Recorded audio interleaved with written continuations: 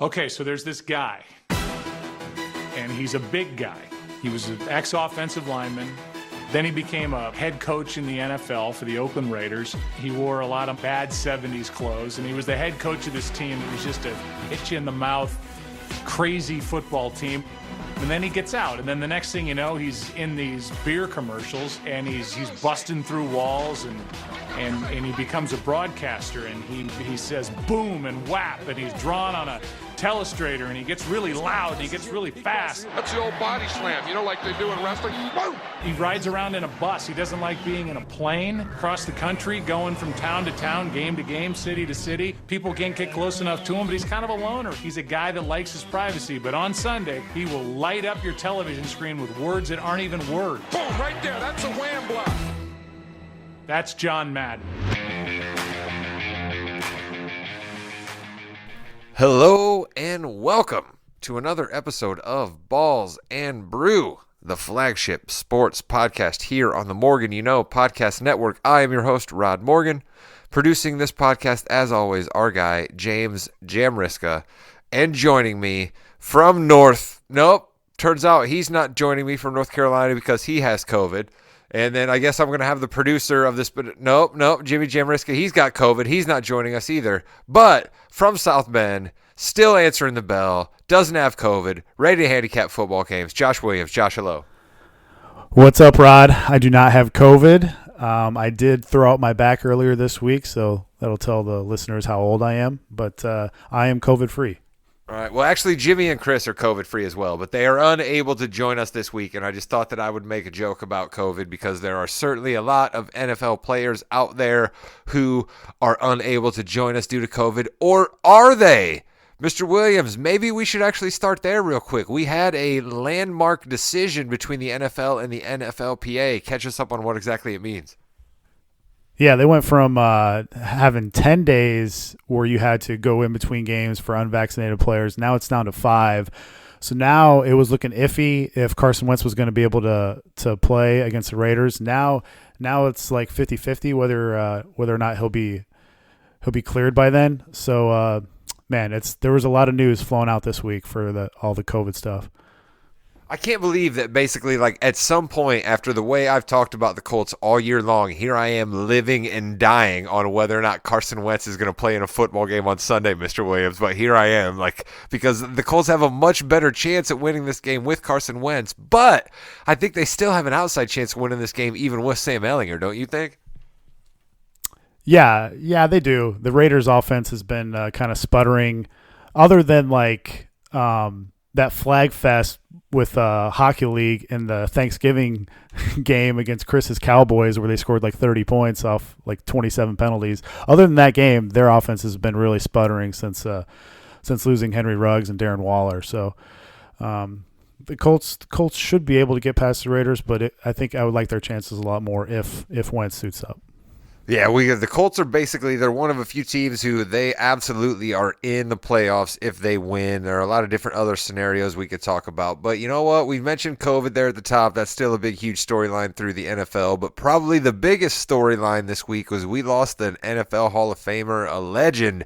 John Madden passed away earlier this week. Mr. Williams, I asked you before we started this podcast, do you remember him more as a broadcaster or as a guy who ran a video game that you loved? And your answer was what? Yeah, me personally, I remember him more as an announcer, and he was just the best color guy out there. And whenever him and Summerall did a game in the late 80s, early 90s, you knew that it was a big game. Some of those classic Niners-Giants games or Giants-Cowboys games or Cowboys-Niners games, seems like it was always one of those 3 or 4 teams that were really good back then. And you knew that it was just a great day of football with Pat Summerall and John Madden. And then he took the turducken to a whole new level there on Thanksgiving also. So he's an absolute legend, and he will be missed. Yeah, shout out to the turducken. There's absolutely no way on this world that I would have learned about turducken had it not been for John Madden. So shout out to him there for that. But, I loved the man for his enthusiasm, right? I think that he ushered in a golden era of allowing color men and even play-by-play men to be really, really excitable and fun and making jokes and not necessarily being 100% by the books and always just having to give football strategy. And thank goodness for John Madden that ushered in a lot of what we see today. But I also think that what's so crazy about that is he ushered in the new era that we kind of live in today, but still nobody even holds a candle to him. I mean, he still goes down as possibly the best color man that ever did football, right, Mr. Williams? Yeah, in my opinion, yeah, he was. And he did, I mean, he was the originator of a lot of stuff that we take for granted now. Kind of like the first one to do this with the yellow line for the first downs. That was kind of his idea to keep that in. He said that, the public will like that. He was the first one to watch practices. All this the executive producers, gave him an outline of what what they're going to do as an announcer throughout the week, and he's like, all right, well, when do we watch practices? And they're like, what? They had no idea. He's like, well, I'm going to watch practice. We're going to spend 3 hours with these teams. I want to watch practices and I want to talk to the coaches. And they said, no, you're going to talk to the HR people, and he's like, no, he's like, I'm going to talk to the coaches. I want to know what's going on down there. So, stuff that we take for granted, he was just all natural with that. And, some of his coaching records are unbelievable too. He went 112, 39 and 7 overall, which is an outstanding record. I think it's the best winning percentage a coach has had over 100 games coached. I mean, he's coaching against Landry and Chuck Noll and Flores, and I mean some of the NFL Hall of Fame great names, by the way, too, that he's coaching against. Yeah, and then in the division, he went 44, 11 and 5. And then this might be, which is super impressive, but this might be the most impressive stat of them all. Like what you just said, he was 36, 16 and 2 versus Hall of Fame coaches in his career. So that tells you right there that his team's got up for the big games. Super Bowl winning coach. Like I said, man, he's just football would not be the same without John Madden. And what I love about John Madden is that he was also able to carve out football in the way that he wanted it to be, right? Like you just laid out right there that he was an absolute great coach, but I mean, he basically walked away at 49, right? I mean, he had a bunch of prime years to still be a coach, and he said, no, I'm not leaving football. I'm going to throw myself behind this whole commentary thing and end up revolutionizing that. And then he's like, no, I'm also not going to walk away from being a commentator. I'm still going to have my toes dipped into this video game thing, and you and I would probably be friggin' gobsmacked at the amount of money that guy made off of that video game franchise, right? I mean, forget about the money he made just being associated with the NFL. Just the money off of that video game system alone will probably prop up generations of Maddens, right? Yeah, and if anybody saw the documentary a few days ago, that was really interesting how the rights were getting switched from CBS to Fox there about in the 1993, 94. And really only thing that Fox had was The Simpsons going for it. So it was a huge, huge deal and a huge risk for them to get football. And one of the big ploys in that was to get Madden over on that team, and that was a huge deal. Once they got Madden, then the other dominoes fell. So there's rumors where they offered him like $32 million to come over to Fox. So back then, that's a ton of money. I mean, that's a ton of money right now, but back then that's even more. So yeah, that was pretty fascinating to see. And then all the money he made from the video game, just unbelievable.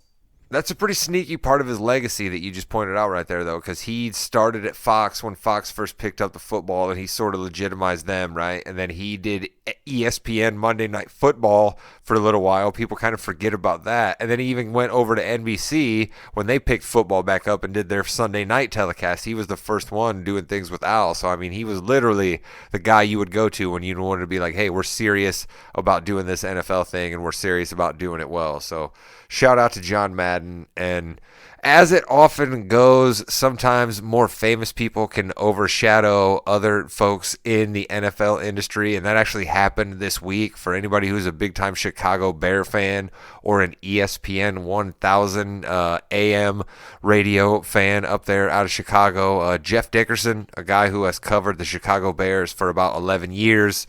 He's done Dickerson and Hood, a bit of a national show fill-in from time to time. He would even pop up on SportsCenter and NFL Today as the guy who would give you Bears reports for quite a few years. He passed away from complications due to cancer the same exact day as John Madden. So talk about being overshadowed a little bit. But Jeff Dickerson was a guy I listened to on the radio an awful lot, and it's a pretty sad thing to point out the fact that JD died when he was 44 years old, and his wife had passed away a few years earlier from cancer and left behind an 11-year-old son who's now lost both of his parents to cancer. Mr. Williams, that's a pretty bad deal.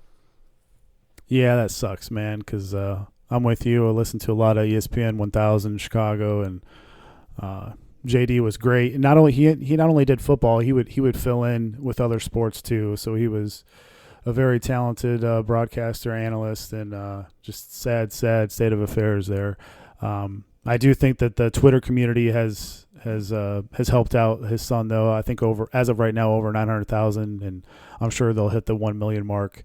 So that's pretty cool that everybody's stepping up to help out his son.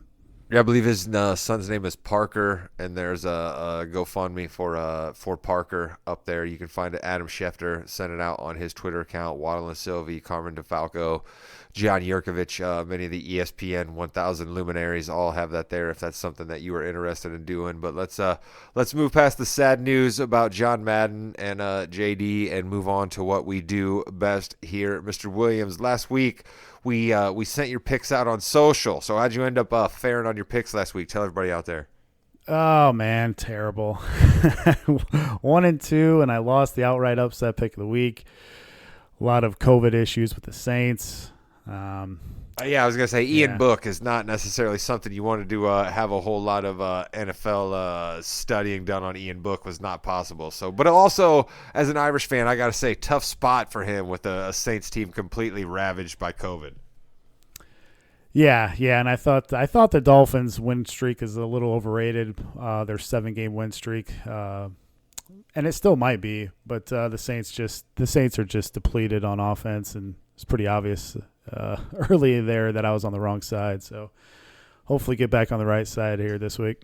Well, we got 2 more weeks remaining. We got this week and next week, and I mean, I've heard a lot of the NFL podcasting luminaries out there say this, and I wonder if you agree. I mean, we're only doing 1 extra week, but doesn't it feel like the NFL season is extra long this year, even with just the 1 extra week? Like, it feels like we've been doing this for months upon months at this time. It does feel extra long. I don't know why that is, but yeah, it's going to be 18 weeks, and we'll see how it goes. I'm sure a lot of teams there's going to be a lot of teams that still have a lot to play for in week 18. So it's I'm not complaining, but it does seem extra long this year. Yeah, well, we'll try to touch on any of the playoff scenarios as we know them here on Thursday evening when we are taping. So to that end, let's start with a game that has a lot of playoff implications because the Ravens basically need to win out to try to secure themselves a playoff spot, and the Rams can win out or at least win one of 2 games depending on what Arizona does and win themselves the division. So what do you see happening in that football game?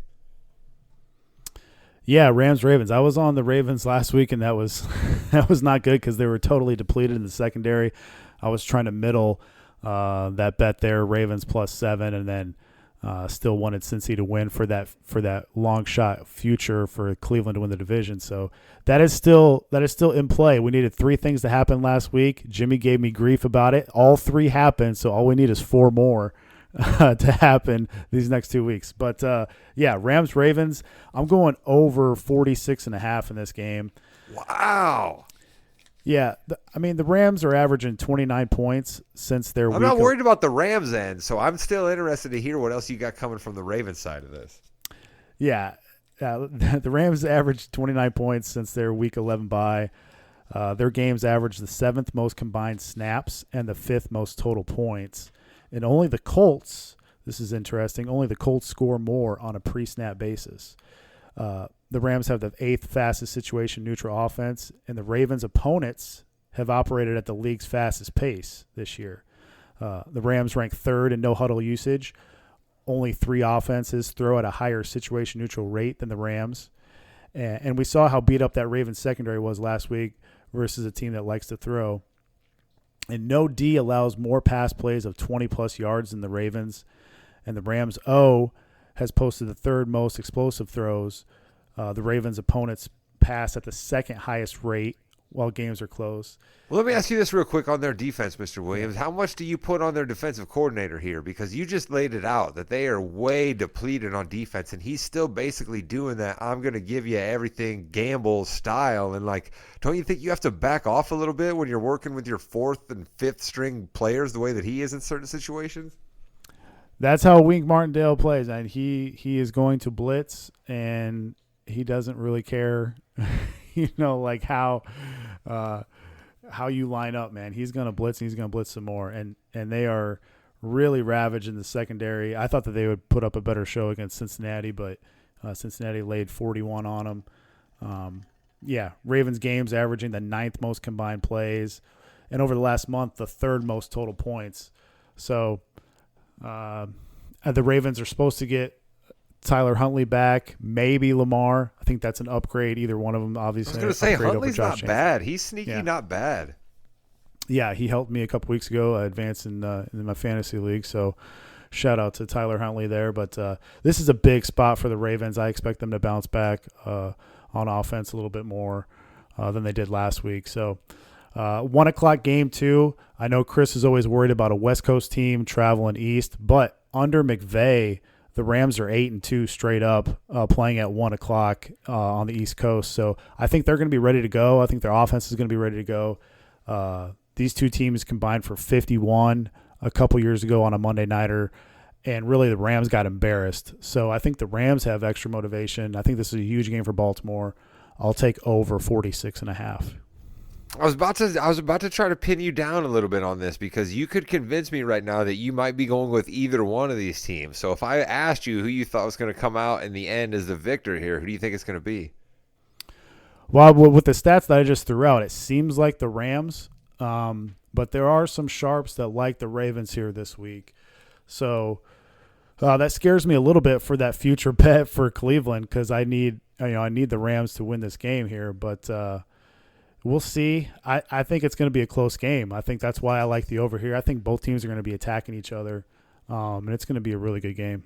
Yeah, hardball teams are certainly not going to lay down. You know what I mean? So the way that we talk about the Tomlin rah-rah spot quite often here on this podcast, I think we're going to get a little bit of that from John Harbaugh. You know what I mean? He's going to basically let these Ravens know that, hey, guys, we got this week and we got next week, and we basically better go ahead and try to wrap these two up if we want any chance of the playoffs. So I'm going to be real interested in this game as well because I think the Rams have sort of found something. We talk about Jonathan Taylor an awful lot on this podcast, but the best runner of the football in the month of December was one Sony Michel of the Los Angeles Rams, and that's crazy.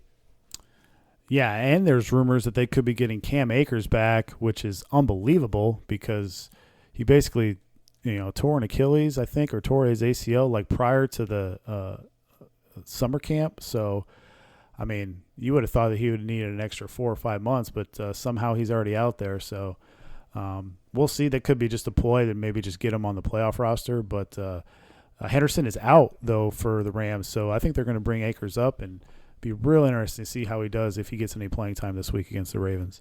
Yeah, I mean, the Ravens could be rounding back into form and be the team that we thought that they've been the last couple of years. You could see the Rams rounding back into form here. It's going to be real interesting to see which way this game goes. I am definitely intrigued by that one. But as we stated, there's so many games this week that have playoff implications. How about the sleeping giants, if you want to call them that, the Kansas City Chiefs taking on your Cincinnati Bengals, Mr. Williams? What do you got for us on that game? I know. Maybe I'm stubborn again because I'm just not sold on the Cincinnati team. I'm going to take KC -4. You can find that on DK -115. There's a massive coaching advantage for KC in this game. Cincy allowing 12 yards per catch to tight ends, 7 touchdowns. That's good for Kelsey. This is also a homecoming game for Kelsey. He played his college ball in Cincinnati. He's only played once here in his life, so there could be a narrative angle there. Let me pin you down real quick on that. Yeah. Those coach stats that you just threw out. Is that more you're throwing flowers at Andy Reid, or is that still more of you don't think Zach Taylor's a great coach, which I know you said early on in the beginning of the year, this podcast, but the Bengals have kind of been in the running all year long, so I wonder how much you had to reevaluate your stance there. Yeah, I think it's a little bit of both. I'm still not sold on Taylor. He makes some odd decisions sometimes. I still don't think that they play up tempo enough.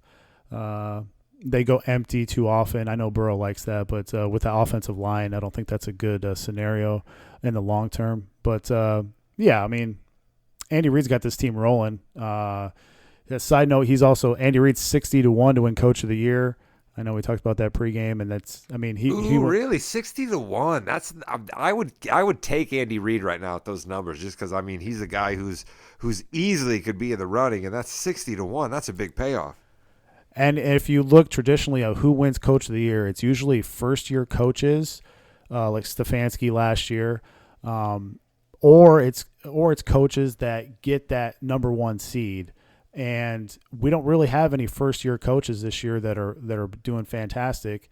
And there's some other guys that might. Yeah, we miss thought the our guy playoffs. Staley from the Chargers, but he's certainly fallen off. And we're not going to see anything out of Arthur Smith, first-year guy in Atlanta. But we'll get to them soon. Right? Yeah, he's fallen off. So yeah, I mean, if Reed wins these last two games, they go get the one seed in a really tough AFC. And like, why not Andy Reid? So And by comparison, LaFleur, who has the number one seed in Green Bay right now. Thank you. I was about to bring him up. I was like, Zach LaFleur is kind of like I went in on this conversation. He's like plus 150. And so you're getting a great value, I think, in Andy Reid at 60-1. So how much do you think LaFleur is going to he's going to be hurt by the fact that everybody's going to say this is just Aaron Rodgers' team? I think a lot of people will say that based on, what they did with Jordan Love.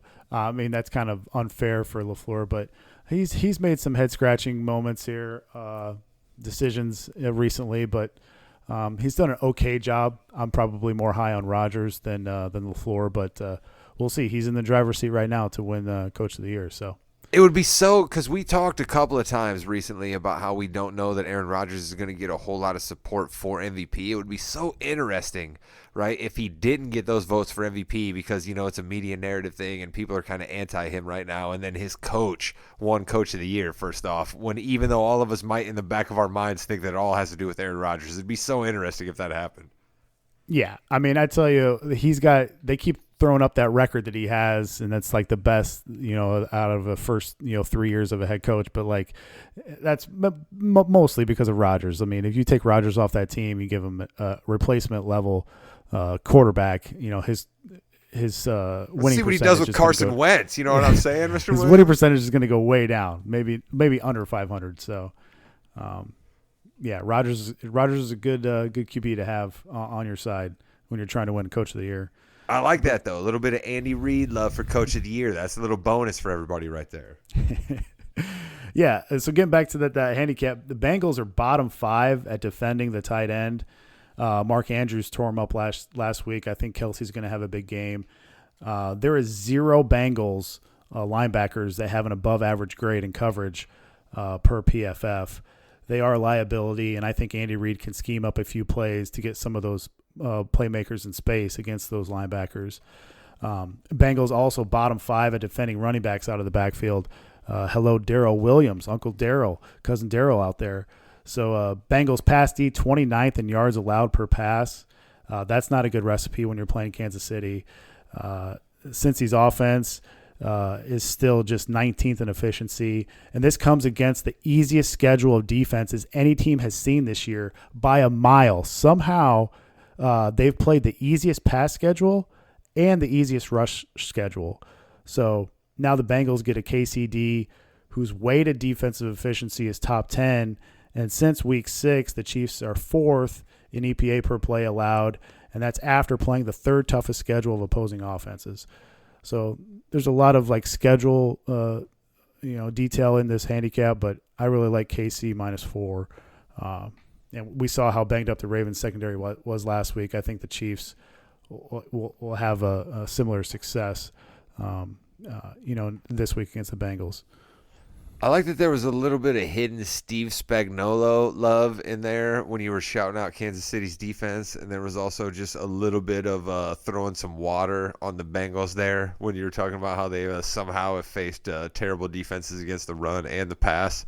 So I love that, right? Like you have this great way of like just kind of like doing a little knife into the side belly of these teams while you're smiling. I love it, Mr. Williams. Yeah, and if that wasn't clear with my comparison with the Ravens secondary last week, the Chiefs are getting all their corners back for this one.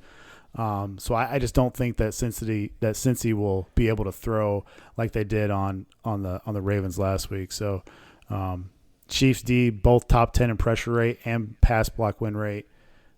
Meanwhile, the Bengals are 30th on that O-line in pass block win rate, and they're without their right tackle also this week. So there's a lot of things pointing towards Kansas City -4, but we'll see. I haven't had the best luck taking either side of Kansas City in this last year and a half, so we'll see. That's true. It seems like I'm always on the wrong side of Kansas City. Yeah, somehow Kansas City, right? The team that like seems like they're most consistent over the last year and a half has eluded you. But you brought it up here real quick. Let's stay another quick sidebar. You said Cincinnati threw like crazy all over the Ravens last week. That sort of seemed to bother one John Harbaugh at the end of the game there. Mr. Williams, do you have a stance on is it possible for a professional team to run it up? Because I know you're a big college football fan, so I know you know what that means.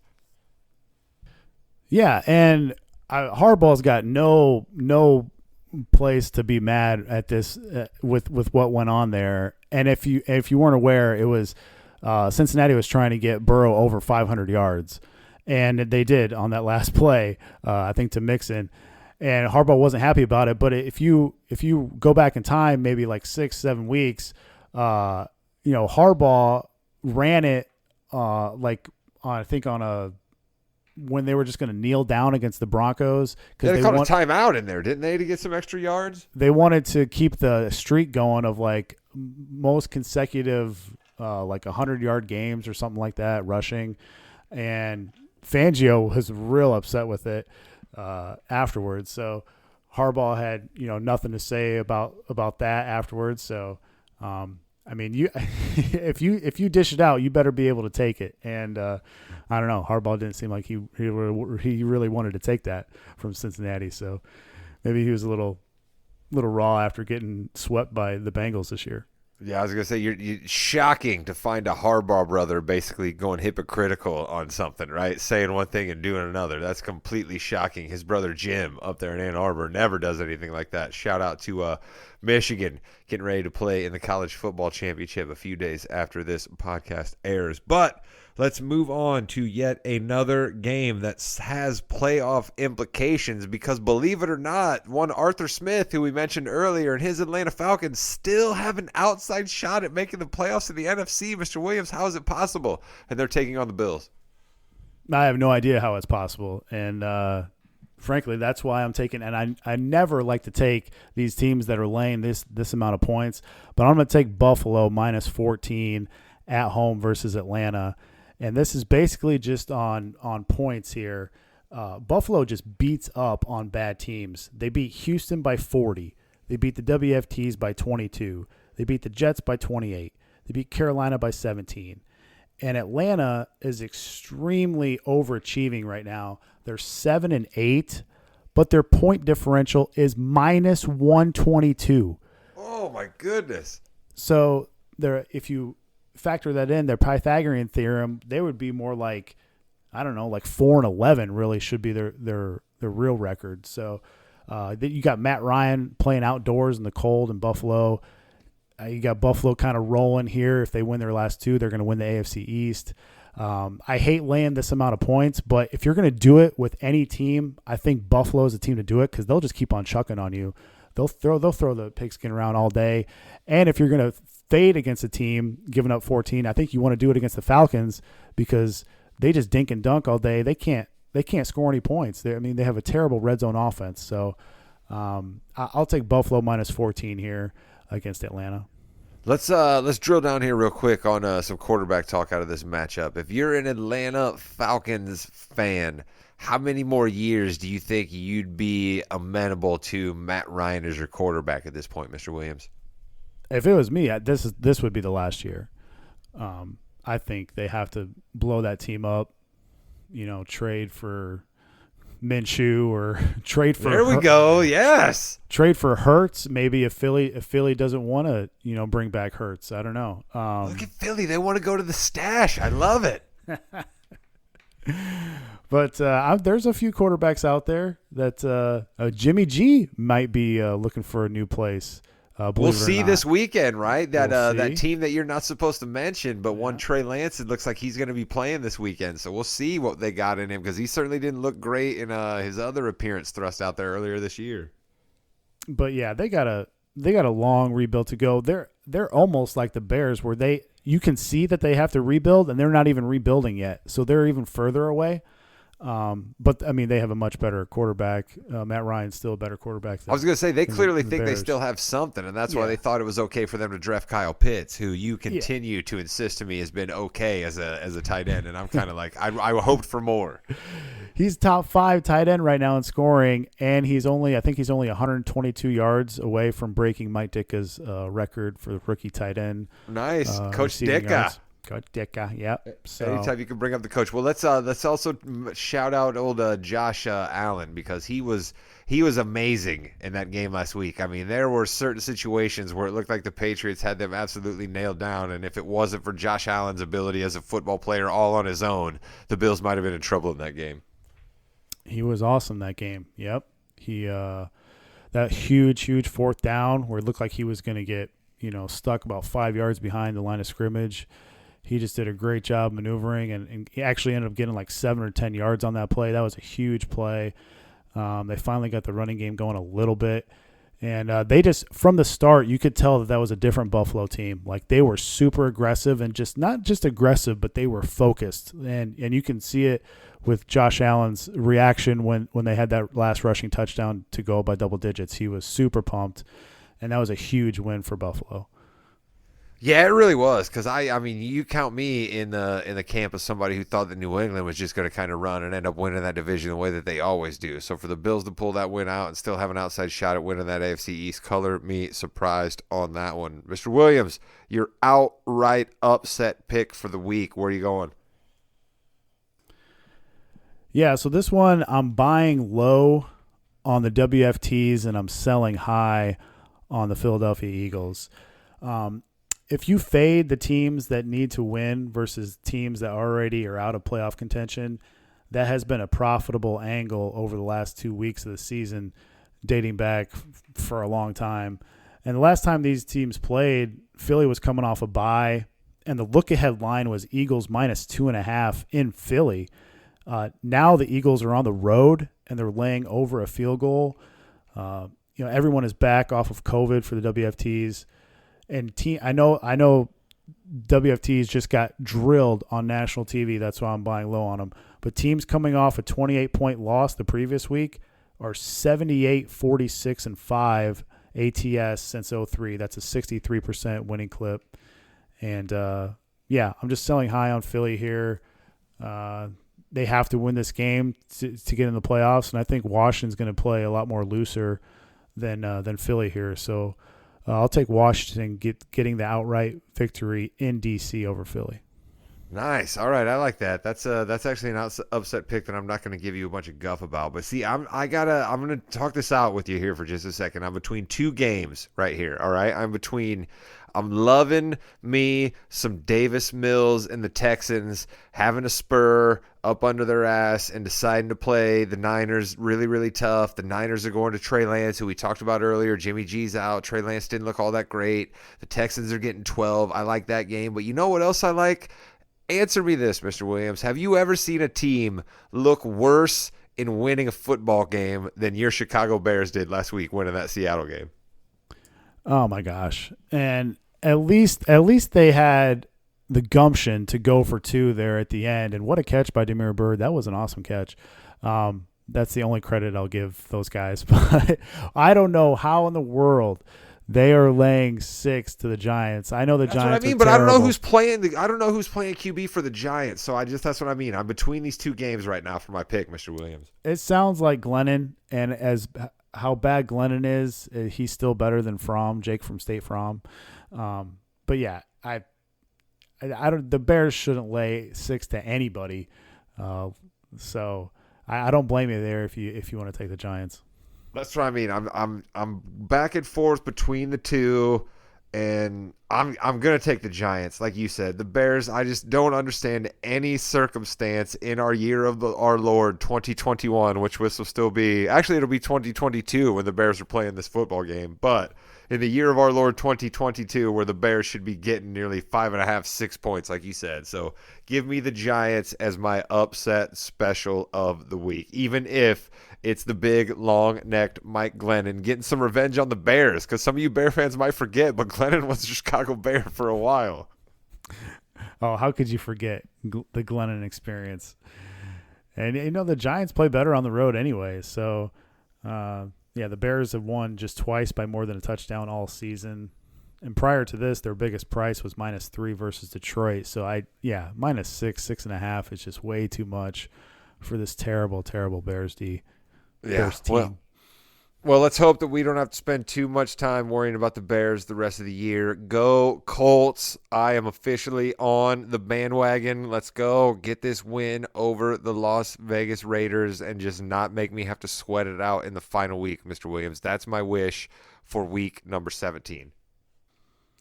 Yeah, that would be a good one. And then we'll see what happens in the Miami-Tennessee game. That should be a really close game also. So. Yeah, Miami playing somebody who actually can play football, as you kind of alluded to earlier in this podcast. They've won this 7-game winning streak against a bit of a soft schedule. So Tennessee, while not a juggernaut, at least a pretty solid football team at times.